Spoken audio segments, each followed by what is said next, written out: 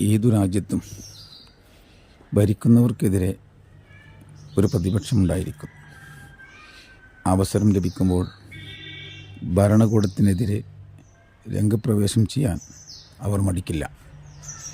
ഇതാണ്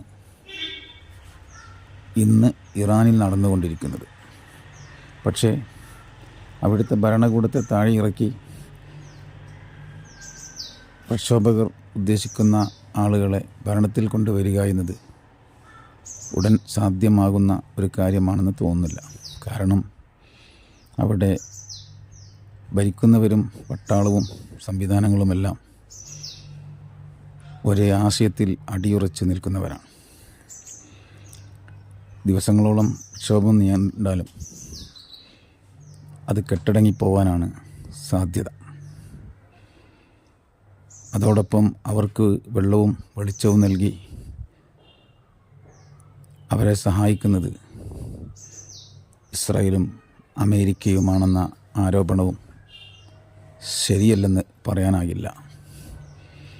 പക്ഷേ ഗതിമുട്ടുമ്പോൾ അവരുടെ അടുത്തുള്ള അവസാന ആയുധവും ഉപയോഗിച്ചുകൊണ്ട് ഈ പ്രക്ഷോഭകർക്കും അവരെ സഹായിക്കുന്നവർക്കുമെതിരെ ഇറാൻ രംഗത്ത് വരും എന്നതിൽ യാതൊരു തർക്കവുമില്ല.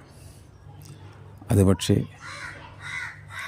എത്രത്തോളം ശക്തമായിരിക്കും, ഏതു വിധത്തിലുള്ള അപകടമായിരിക്കും പശ്ചിമേഷ്യയിൽ ഉണ്ടാക്കുക എന്നത് പ്രവചിക്കാനാകില്ല.